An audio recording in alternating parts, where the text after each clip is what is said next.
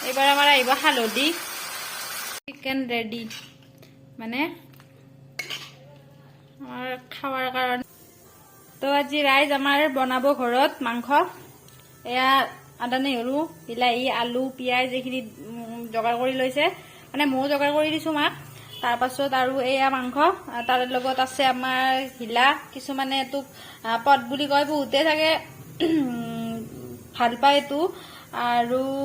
পদ কিছুমানে ঘিলা বুলিও কয় আমি ঘিলা বুলিয়ে কওঁ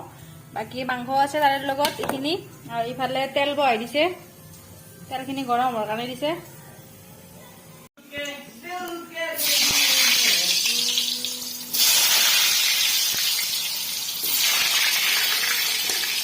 মানে ফাৰ্ষ্টতে আলুখিনি ভাজি ল'ব এনেকুৱা নহয় যে মানুহে মাংস বনাব নাজানে মাংস বনোৱা দেখাইছো সেইটো নহয় আমি কেনেকৈ খাওঁ সেইটোহে মই দেখাব খুজিছো আলুখিনি ভাজা হ'ল এবাৰ কি দিব মাই পাঁচফোৰণ কেইটামান দি দিলে প্ৰথমতে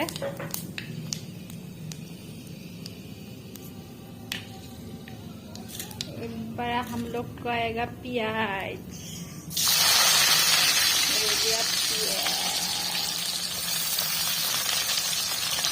अभी इसको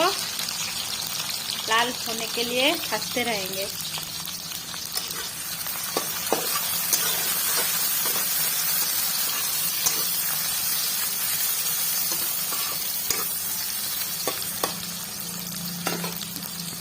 এবার দিব আমার আদা নহৰুৰ পেষ্টখিনি এয়া দি দিলে मम्मी जी इसको लारो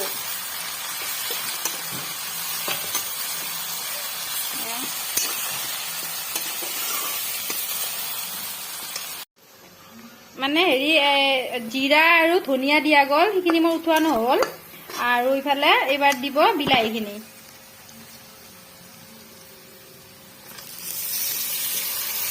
বিলাহীখিনি দি দিলে এইখিনি অলপমান মানে বিলাহীখিনি অলপমান সিজিব লাগিব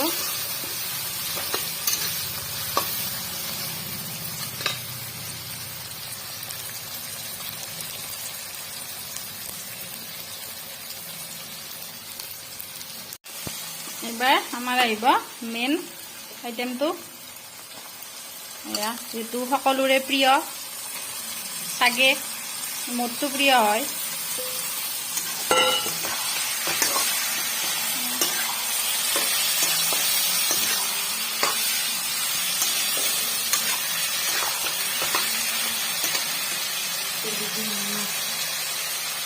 এইবাৰ আমাৰ আহিব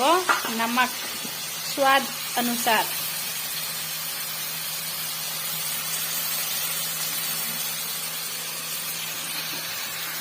এইবাৰ আমাৰ আহিব হালধি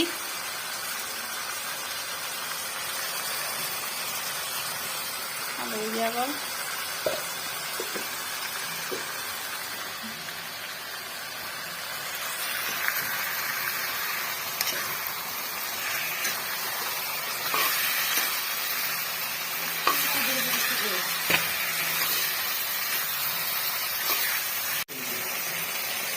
এইখিনি আমাৰ দিয়া হৈ গ'ল মছলা পাতি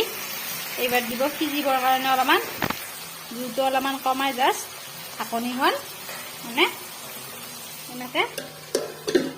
মাৰি দিলোঁ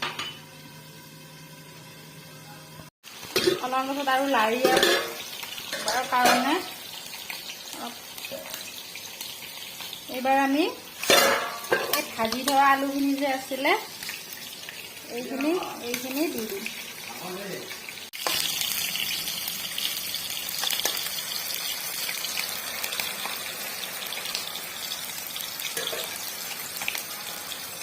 অলপ ভালকৈ মানে সিজাৰ কাৰণে অলপমান পানী দিব লাগিব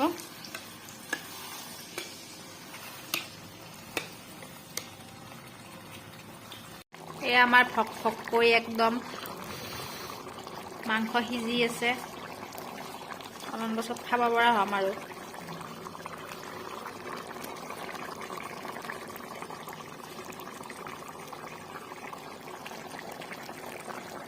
চিকেন ৰেডি মানে আমাৰ খাওয়াৰ কাৰণে ৰেডি কেনেকুৱা হৈছে জনাব।